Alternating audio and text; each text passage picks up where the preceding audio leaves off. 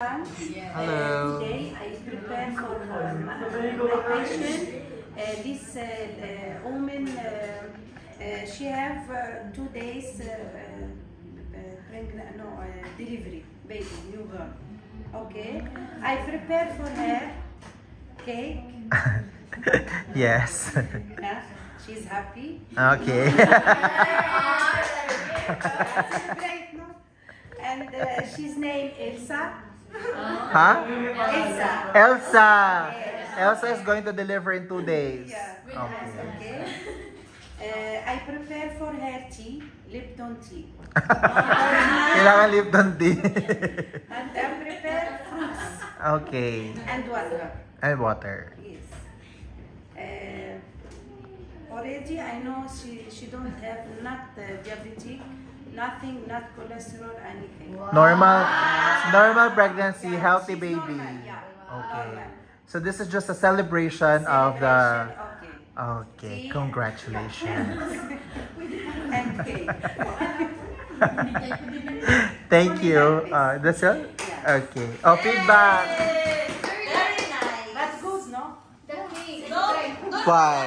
What is your feedback? If I am a pregnant woman and you would give me a whole cake. If pregnant, no. I don't know, maybe you have to. No, I mean it's too big. It's fine to give a cake to the whatever. But are you going to eat that everything as a pregnant woman or no? Only slice? the slice would be better. Of course. Yeah. Oh yeah, only slice daw.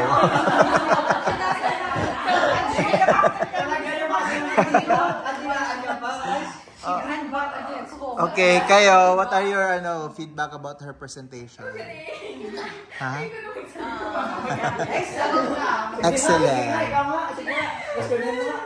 Ikaw. For me, take out there, I have a question.